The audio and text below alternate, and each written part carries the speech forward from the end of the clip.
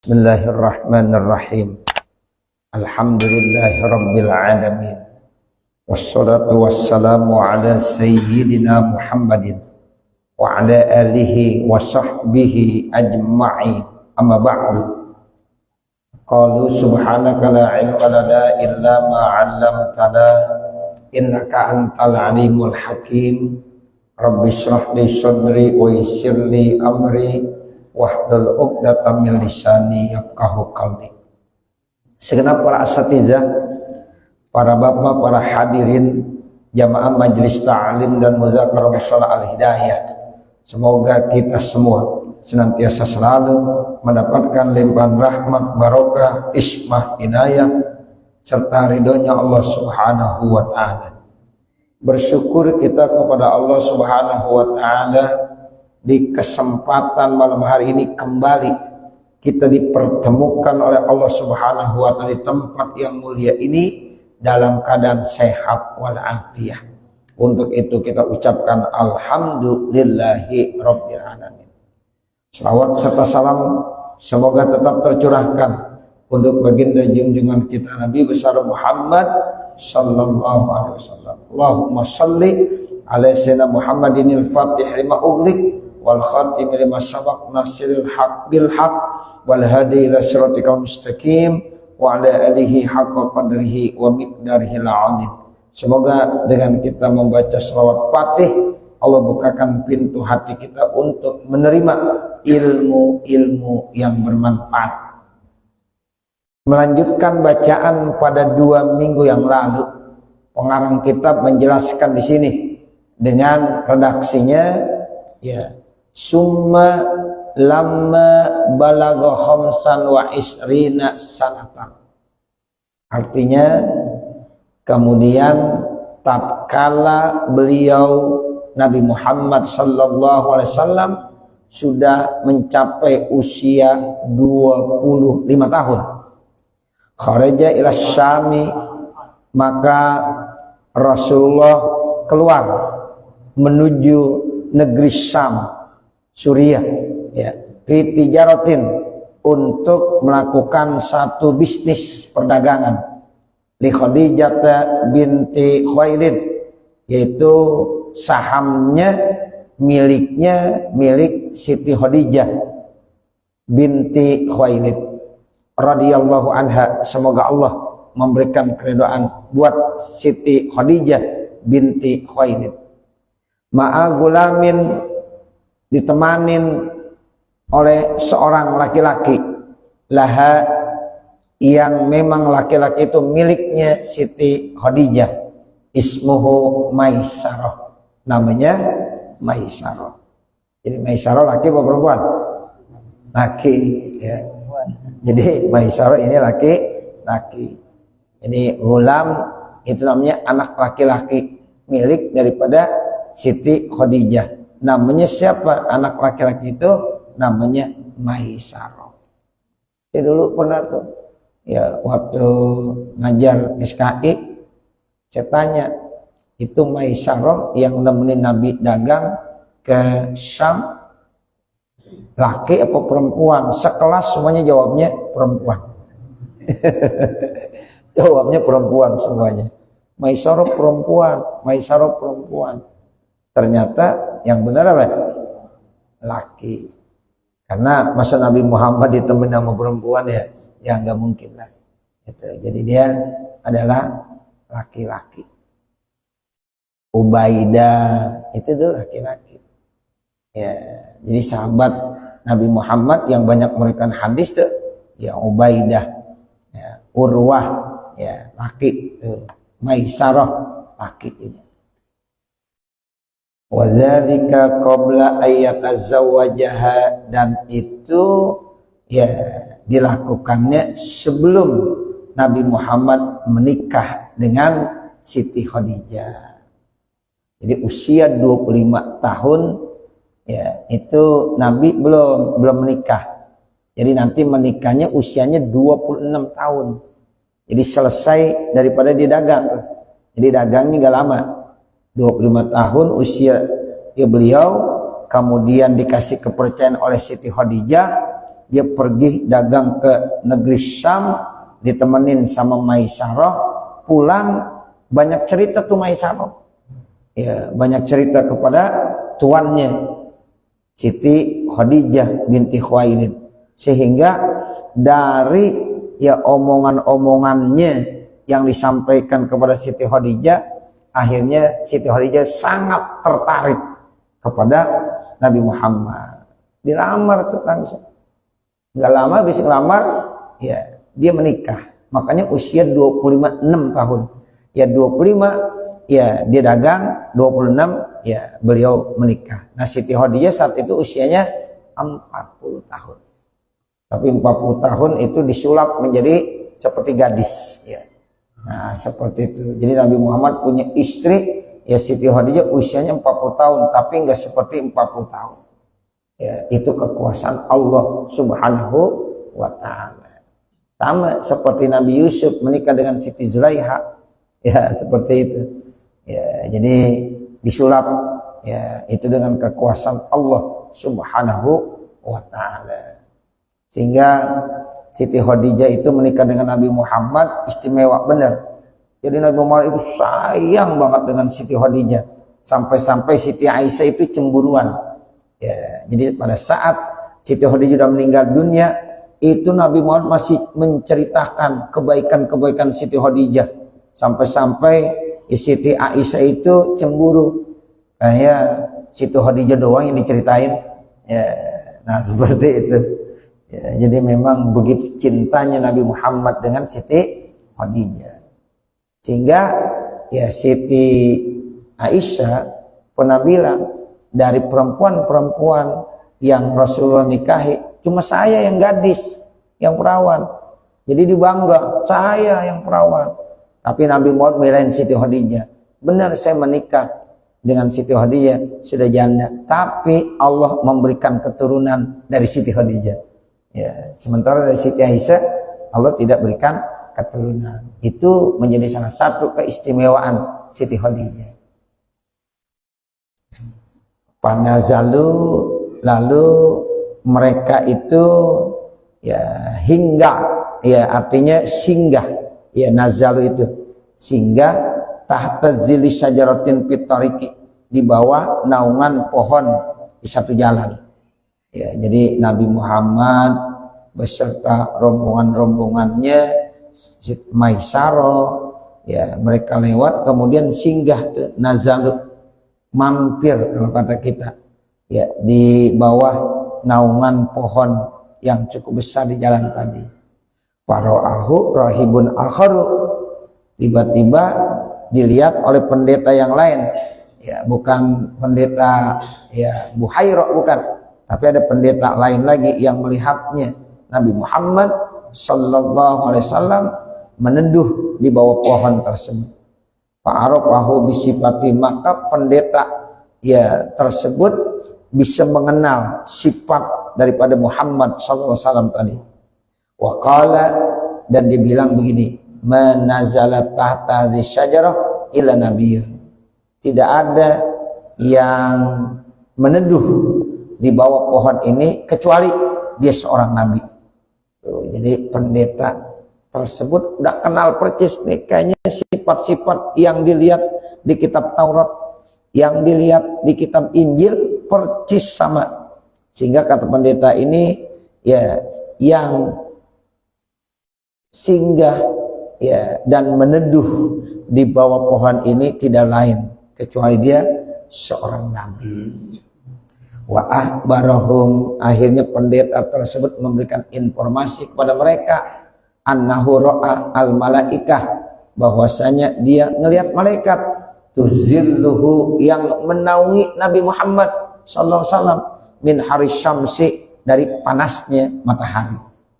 Ya, jadi Nabi Muhammad pada saat ke negeri Syam itu selalu diikutin sama malaikat, ya dinaungin sama sayap-sayapnya malaikat, sehingga Nabi Muhammad tidak merasa panas dari panasnya matahari, dan itu dirasakan oleh Maisarah, ya yang ngikutin Nabi Muhammad SAW.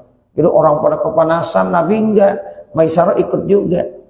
Ya, seperti itu. Jadi banyak kejadian-kejadian yang istimewa yang saat itu dirasakan oleh Maisarah, dan itu ya adalah istimewa ya terjadi pada diri Nabi Muhammad sallallahu alaihi wasallam. Faba'a sallallahu alaihi wasallam tijaratahu bisyam.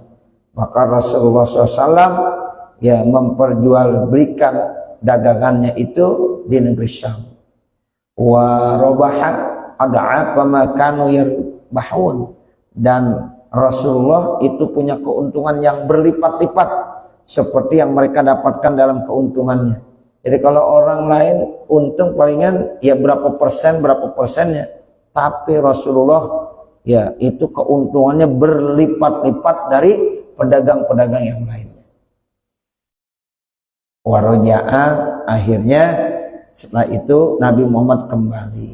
Jadi dia berdagang pulang membawa keuntungan yang cukup besar, sehingga Siti Khadijah itu benar-benar salut dengan kejujuran Nabi Muhammad sallallahu alaihi wasallam saat itu. Falamma qadima Makkah, maka tatkala Nabi Muhammad kembali lagi ke Mekah, akhbara Khadijah gulamuha, memberikan informasi kepada Siti Khadijah siapa gulamuha, yaitu anak laki-lakinya yang bernama Maisarah yang ikut dengan Rasulullah. Dia yang memberikan informasi semuanya, kejadian-kejadian yang terjadi di Syam ya, dan dia mendapatkan keuntungan yang cukup banyak. Diceritakan semuanya sama Siti Khadijah. Bima ro'a, dengan apa yang Maisarah lihat, min husni khuluqihi sallallahu alaihi wasallam, dari baik akhlaknya Rasulullah sallallahu alaihi wasallam. Jadi Nabi Muhammad itu punya karakter yang baik sejak kecil. Ya, bahkan dia terkenal dengan nama Al-Amin, dapat dipercaya. Itu namanya husnul khuluq. Jadi memang udah nampak kelihatan sejak kecil Nabi Muhammad memiliki husnul khuluq, yaitu karakter atau budi pekerti yang sangat baik. Makanya pantas Nabi diutus itu ya innama bu'istu liutamima makarimal akhlak. Jadi tujuan utama Nabi diutus itu untuk menyempurnakan akhlak. Jadi artinya ya bukan supaya manusia itu cerdas, bukan manusia itu pinter, tetapi tujuan utamanya supaya manusia berakhlak, punya budi pekerti yang baik, punya karakter yang baik. Karena memang akhlak ya budi pekerti yang baik itu di atas segala-galanya. Ya, al-adab fauqal ilmi. Jadi adab, punya akhlak, punya karakter yang baik itu di atas daripada ilmu. Ya, jadi orang kalau punya ilmu nggak ada akhlaknya, nggak ada artinya ya ilmunya. Ya, jadi ilmu sama akhlak itu masih lebih tinggi akhlak. Makanya anak-anak kita tuh Bapak Saudara, kalau matematikanya 100, kimianya 100, fisikanya 100, tapi sama orang tuanya tidak punya akhlak sama sekali, ya tidak ada gunanya. Nah seperti itu ya, makanya penanaman akhlak itu lebih penting sebenarnya ya, daripada ilmu pengetahuan itu sendiri, kognitifnya ya itu. Jadi yang lebih bagus tuh ya akhlak diutamakan. Nah, jadi karakter yang baik itu penting sekali. Nah itu Nabi Muhammad seperti itu. Dia lihat Masya Allah min husni khuluqihi, begitu bagus akhlaknya Rasulullah SAW, wa barokatihi, dan keberkahannya, wa bima qala rahibu fihi, dan apa yang dikatakan pendeta terkait tentang diri Nabi Muhammad. Kan itu juga disampaikan kepada Maisarah. Pada saat ada pendeta, Maisarah kan ada. Nah, pendeta banyak cerita ya terkait tentang ciri-ciri seorang nabi akhir nih, percis ada pada ya Nabi Muhammad sallallahu alaihi wasallam. Sehingga itu semuanya diinformasikan kepada Maisarah, dan Maisarah lalu memberikan informasi itu semuanya kepada tuannya, yaitu Siti Khadijah. Faraghibat fi tazawujihi, maka akhirnya Siti Khadijah ada rasa cinta dan ingin menikahinya. Fatazawwajaha, maka dia menikahinya. Ya, jadi artinya sebenarnya yang ngelamar duluan ya Siti Khadijah, tapi tetap di sini fa'ilnya Nabi, maf'ulnya Siti Khadijah. Fatazawwajaha, maka menikah siapa Nabi Muhammad kepada Siti Khadijah. Walahu sittun wa isruna sanatan. Saat itu Nabi usianya ya 26 tahun. Ya, sittun ya wa isrun. Jadi Nabi Muhammad ketika menikah dengan Siti Khadijah usianya 26 tahun.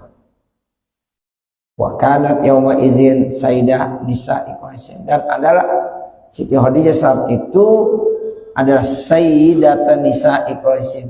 Sayyidah yaitu pemimpin perempuan dari Quraisy.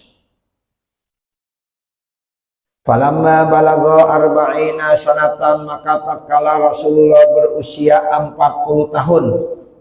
Ya, jadi tadi 25 26 sudah selesai ceritanya. Sekarang Nabi usia 40 tahun. Karena awwalu ma bada'ahu minal wahyi ar-ru'ya, adalah yang pertama kali yang didapatkan dari pembaharan wahyu itu dengan ar-ru'ya, artinya mimpi, as-shadiqah, mimpi yang benar. Ya, jadi awalnya tuh wahyu dari mimpi Nabi Muhammad SAW, dan mimpinya itu mimpi yang benar. Summa hubbiba ilaihil khalwah, kemudian hubbiba ilaihi, dia rasakan cinta kepadanya khalwah. Ya, berkhalwat, artinya khalwat itu menyendiri. Jadi Nabi Muhammad tuh ya seringkali menyendiri, berkhalwat, menyepi, mengasingkan diri. Kalau istilah orang-orang tasawuf namanya ya apa? Ya dia mengadakan apa tuh istilahnya ghazlah ya.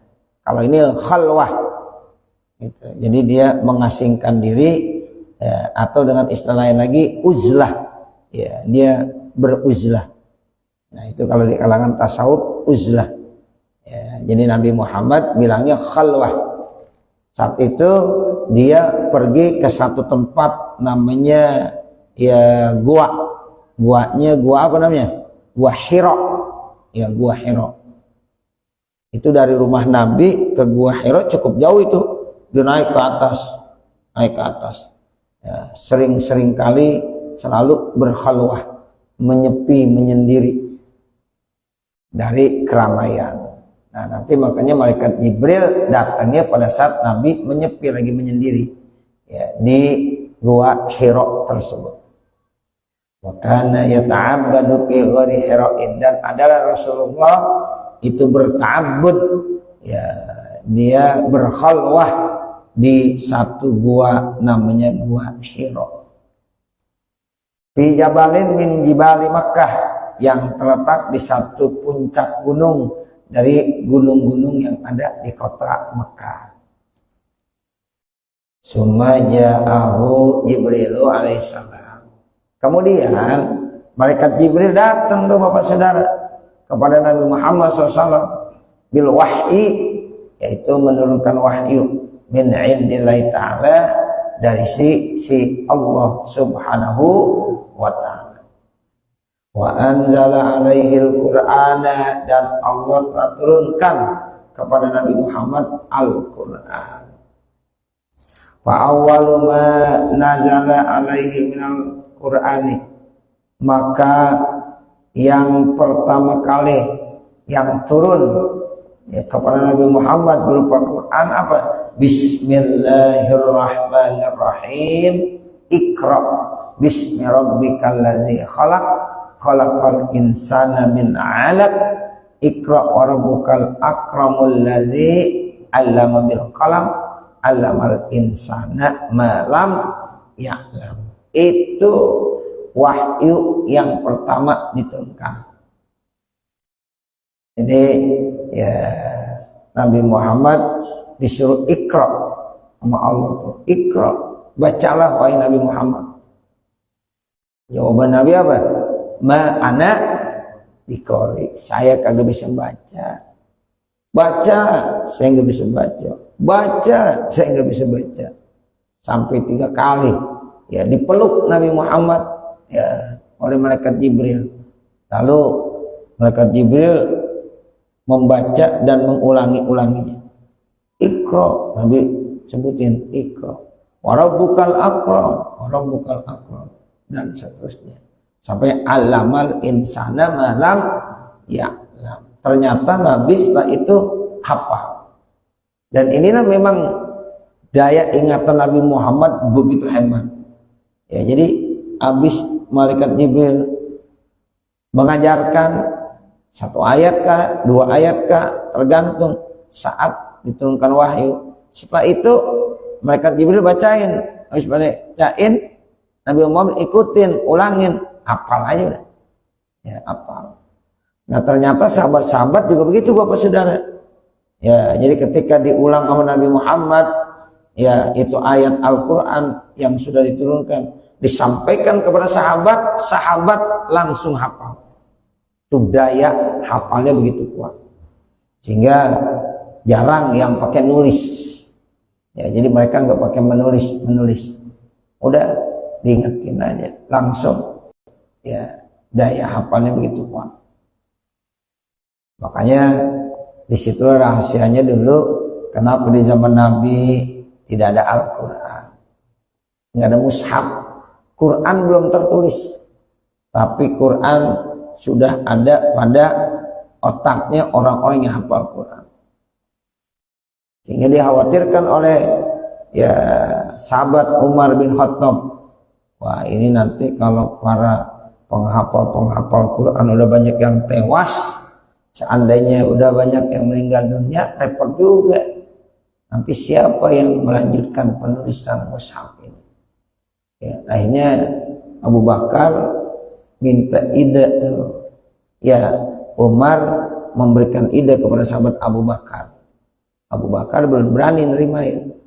Tapi akhirnya pada zaman Utsman bin Affan ya itu terlaksana penulisan mushaf. Ya, itu mulailah dikembangkan banyak.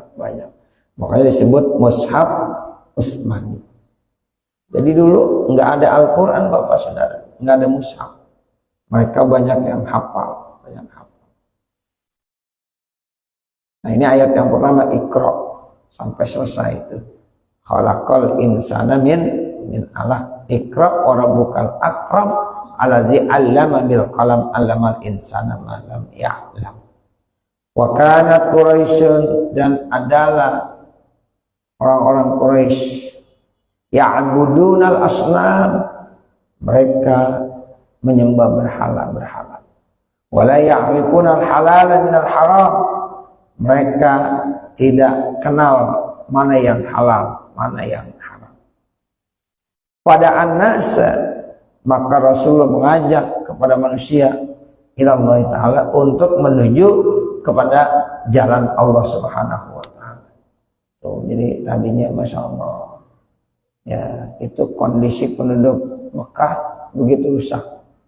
Tapi setelah Nabi Muhammad ya datang dan ditugaskan untuk menyampaikan risalah, ya itu banyak ada perubahan ya di kota Mekah itu.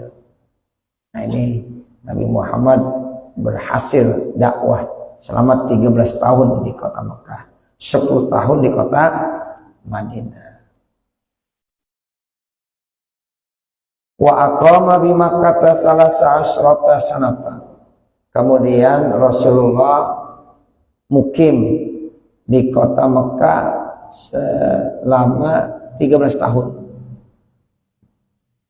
Jadi di dakwah tuh menetap di kota Mekah 13 tahun. Terus didakwah dari hari ke hari, dari minggu ke minggu, dari bulan ke bulan. Tiba-tiba tanpa terasa udah 13 tahun. Yad'uhum ilallah. Nabi Muhammad mengajak kepada manusia untuk bertauhid kepada Allah. Faminhum man amana. Sebagian daripada mereka ada yang beriman. Sebagian dari mereka ada yang beriman. Wa minhum man kafara. Sebagian lagi dari mereka ada yang kufur. Jadi ada yang beriman, ada yang kufur. Wa awwalu man amana bihi Abu Bakr As-Siddiq. Yang pertama orang yang beriman yaitu Abu Bakar As-Siddiq. Jadi dari kalangan orang laki-laki yang pertama kali beriman tidak lain ada ya Abu Bakar As-Siddiq. Wa Aliun ibnu Abi Thalib, kemudian yang kedua dari Sayyidina Ali bin Abi Thalib. Wa Khadijah, dan Siti Khadijah radhiyallahu anhum, semoga Allah memberikan kemudahan buat mereka. Jadi yang pertama kali beriman dari kalangan orang laki-laki Abu Bakar As-Siddiq. Dari golongan anak-anak Ali bin Abi Thalib. Kemudian dari orang perempuan Khadijah. Nah, itu. Jadi orang-orang dekat dulu, makanya dakwah saat itu belum secara terang-terangan. Door to door. Dari satu pintu ke pintu yang lain. Secara sir, secara ya rahasia. Makanya orang kalau azan kan begitu ya. Allahu Akbar, Allahu Akbar. Ya. Terus Allahu Akbar, Allahu Akbar. Kemudian dia sir. Asyhadu an la ilaha illallah. Asyhadu anna Muhammad. Asyhadu anna Muhammad. Baru asyhadu an la ilaha illallah. Asyhadu an la ilaha illallah. Asyhadu anna Muhammadar Rasulullah. Asyhadu anna Muhammadar Rasulullah. Ini menandakan bahwa dulu sejarahnya Nabi Muhammad yaitu mengumumkan kalimat ya tauhid ya asyhadu an la ilaha illallah wa asyhadu anna Muhammadar Rasulullah itu pertama secara sir ya. Yang kedua baru secara jahat. Nah, makanya kita kalau azan begitu tuh disunahkan. Ya, jadi kalau azan disunahkan sir dulu. Asyhadu an la ilaha illallah, asyhadu an la ilaha illallah, asyhadu anna Muhammadar Rasulullah, asyhadu anna Muhammad. Baru asyhadu an la ilaha illallah. Nah, begitu. Jadi agak lama dulu tuh. Ya Allahu Akbar, Allahu Akbar. Allahu Akbar, Allahu Akbar. Nah, nah baru keras. Nah itu alhamdulillah. Ya, udah banyak yang ngamalin tuh. Iya, bagi yang azan. Ya. Bagi muazzin tuh kita dengar tuh, ada yang ngamalin. Tapi ada juga yang enggak. Nah, begitu. Ya, kalau yang udah ngaji tuh biasanya ngamalin. Ya, tarji namanya. Itu wa awwalu man amana bihi Abu Bakr As-Siddiq wa Ali bin Abi Thalib wa Khadijah radhiyallahu anhum. Jadi yang pertama kali beriman Abu Bakar As-Siddiq, kemudian Ali bin Abi Thalib dan Khadijah. Ya, dari orang laki-laki Abu Bakar As-Siddiq, dari anak-anak Ali bin Abi Thalib, dari orang perempuan Khadijah. Kenapa ya Rasulullah itu ya tidak secara jahar karena memang kondisinya masih lemah. Ya, jadi umat Islam harus punya siasat terlebih dahulu sehingga Allah belum nyuruh udah secara terang-terangan, enggak. Ya, secara sir dulu, sedikit demi sedikit. Nah, itu siasatnya begitu. Ya, kalau nggak begitu, habis diganggu. Nah, ini buktinya ya mereka ya melakukan dakwah secara sir aja tetap orang-orang kafir banyak yang mengganggu. Wa kana qaumuhu yu'zunahu, begitu. Kaumnya itu mengganggunya. Kaumnya ganggu, merasa nggak suka dengan apa yang dilakukan oleh Nabi Muhammad SAW. Sehingga kenapa sholat saat itu sir, sholat zuhur sir, sholat asar sir, itu begitu masalahnya. Awal-awal zuhur keras, asar keras, maghrib sama, isya subuh. Nah pas sholat zuhur itu Nabi mau membacanya keras, ya mereka orang-orang kafir ya itu marah, ya, marah mengganggu. Akhirnya kata Allah, sudah sholat zuhurnya sir saja, tuh, supaya orang-orang kafir tidak mendengar suara orang yang lagi sholat. Sebab kalau dijahar mereka merasa terganggu.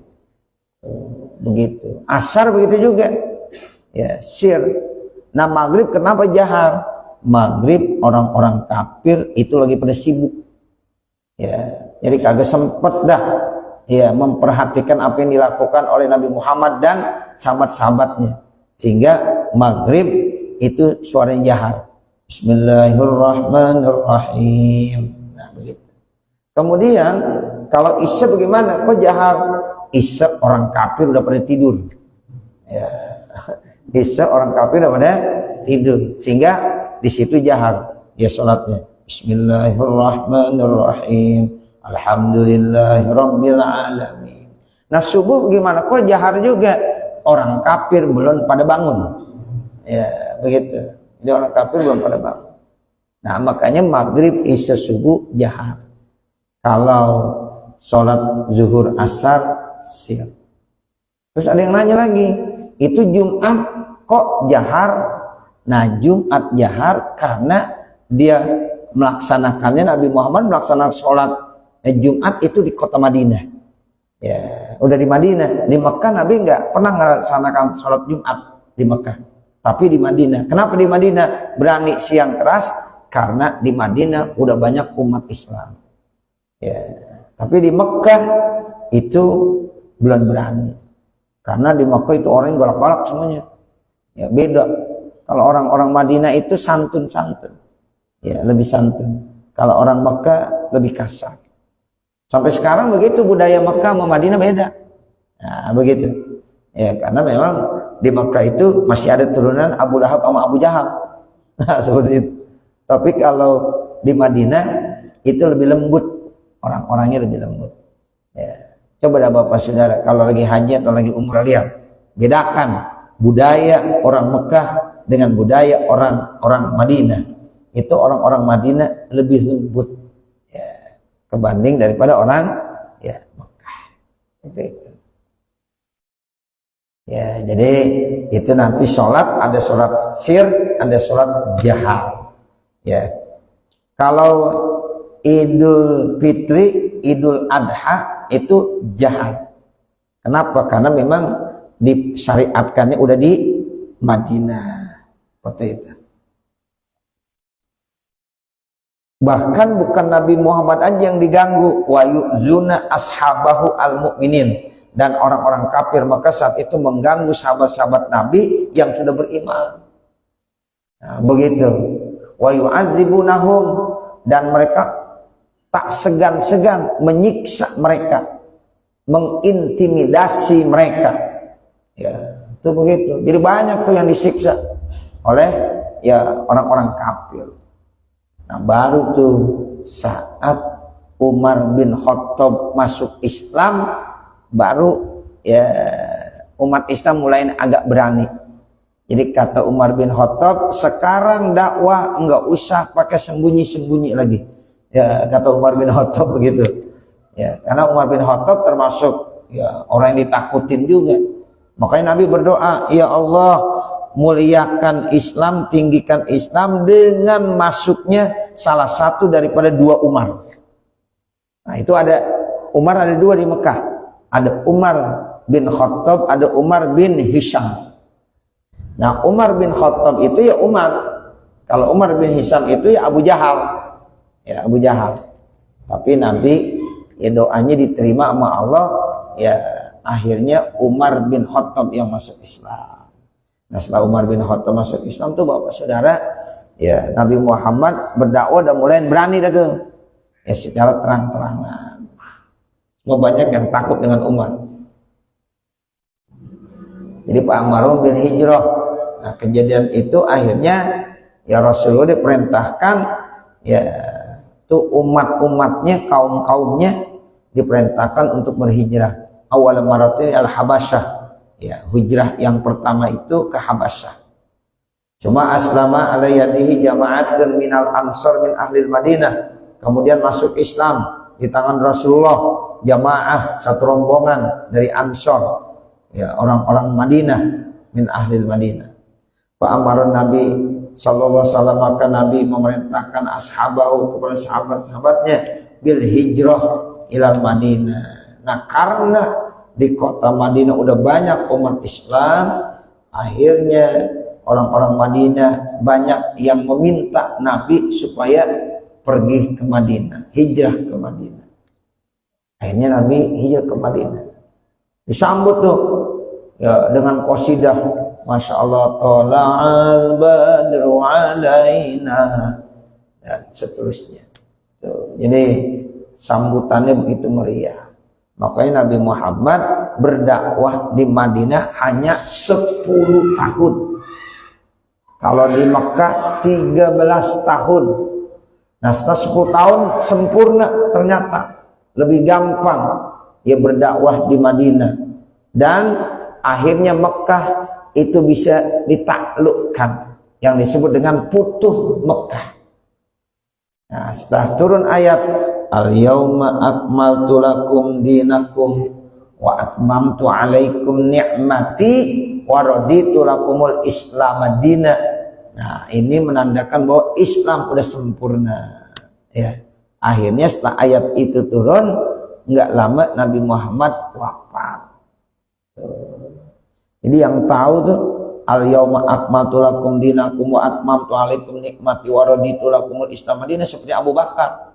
Abu Bakar tahu nih ayat ini, yuk nangis tiap hari Abu Bakar, sehingga sahabat yang lain pada bingung, ngapa Abu Bakar nangis? Ini ada tanda-tanda Nabi Muhammad sebentar lagi wafat. Nah seperti itu, sebentar lagi Nabi Muhammad wafat karena udah diturunkan di ayat. Nah, ternyata benar, ya ternyata benar.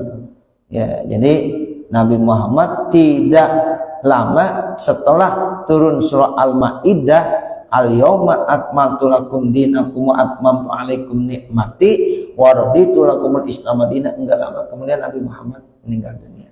Dan saat itu turun ayatnya pada saat Nabi lagi melaksanakan ibadah haji, haji wada namanya. Makanya tahun depan Nabi udah meninggal, wafat. Sehingga haji itu disebut haji wada, haji yang terakhir. Ya, Nabi hingga ketemu lagi dengan bulan haji.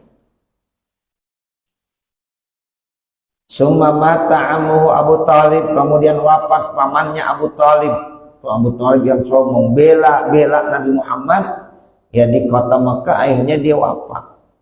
Wa kana yamna'u anhu kulla man aradahu bisu'in, dan adalah Abu Talib itu yang selalu menghalang-halangi daripada perjuangan Nabi Muhammad tuh ya diganggu sama orang-orang kafir. Nah itu Abu Talib yang menghalang-halanginya.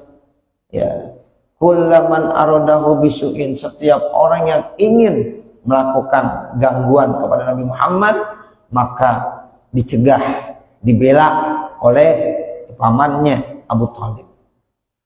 Walakinnahu mata, kan tetapi Abu Talib wafat walam yuslim, namun dia belum masuk Islam. Jadi Abu Talib sampai meninggal dunia ya itu belum sempat mengucapkan kalimat la ilaha illallah. Jadi belum masuk Islam. Semua matat Khadijah. Nah setelah paman Nabi Muhammad Abu Talib meninggal dunia, enggak lama lagi tahun itu juga meninggallah wafatlah Siti Khadijah, istri Rasulullah sallallahu alaihi wasallam. Makanya tahun tersebut disebut dengan Amul Huzni, tahun duka cita. Ya. Kenapa disebut tahun duka cita? Karena ada dua sosok manusia yang begitu istimewa, yang waktu hidupnya sangat membela Rasulullah. Ya, dalam perjuangannya ya itu mereka membela habis-habisan. Nah, pertama Abu Thalib, yang kedua Siti Khadijah. Nah, sehingga tahun itu disebut Amul Husni, dan di tahun Amul Husni itulah Allah angkat Nabi Muhammad ya ke atas langit, diajak jalan-jalan terus dibawa ke atas langit. Nah, itu namanya dihibur sama Allah. Ya, jadi ini Nabi Muhammad lagi berduka, kasihan, lagi sedih, tahun duka cita. Makanya dihibur jalan-jalan. Tuh, begitu. Jadi diajak tur. Ya. Turnya nggak tanggung-tanggung, mana? Atas langit. Begitu. Masya Allah. Makanya kita boleh tuh begitu. Ya, jadi kita kalau lagi ya waktu-waktu udah mulai pusing apa, ayo ya, ngajinya di Anyer. Nah, begitu. Ya, jangan di sini mulu. Ya. Nah, begitu. Jadi biar ada kesan yang enak.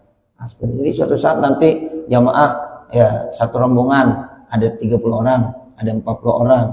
Ayo kita ngaji di Anyer, kita minum air kelapa muda di Anyer. Nah, begitu. Kita makan sayur asem ya sama jengkol goreng sama pete. Nah, begitu. Ya Bang Nain nanti ajak ya. Nah, seperti itu. Nah, jadi Nabi Muhammad pada saat lagi berduka diajak ya, diajak sama Allah Subhanahu wa taala ya untuk melihat kekuasaan Allah Subhanahu wa taala dalam waktu yang sangat singkat. Itu yang disebut dengan Isra Mi'raj. Itu pada saat Amul Huzni, tahun duka cita. Cukup saya kira. Nanti baru wahina idzin azinallahu lahu fil hijrah dan seterusnya. Mudah-mudahan apa yang kita baca pada kesempatan ya malam hari ini ada manfaatnya. Amin ya rabbal alamin. Wassallallahu ala sayyidina Muhammadin wa ala alihi wa sahbihi wa sallam walhamdulillahi rabbil alamin. Al-Fatihah. A'udzu billahi minasyaitonir rajim. Bismillahirrahmanirrahim. Alhamdulillahi rabbil alamin arrahmanir rahim maliki yaumiddin. Iyyaka na'budu wa iyyaka nasta'in. Ihdinas siratal mustaqim siratal ladzina an'amta 'alaihim ghairil maghdubi 'alaihim waladdallin.